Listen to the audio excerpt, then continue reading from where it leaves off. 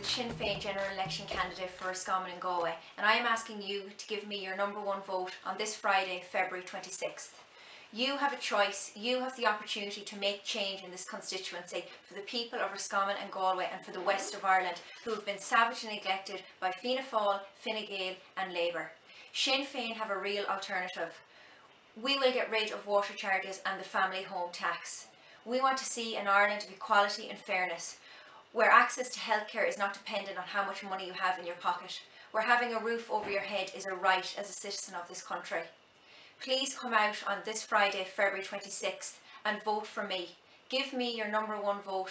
I will stand up for you. I will stand up for the ordinary people of this constituency. I will stand up for the vulnerable and for the elderly, for the farmers and for those with disabilities, for those that have not had their voice heard in the past 5 years under Fine Gael and Labour. Please come out and vote. Get your friends out, get your family out, get your neighbours out. Young people, come home from college and vote. Have your say. This is our chance, this is our opportunity to make change.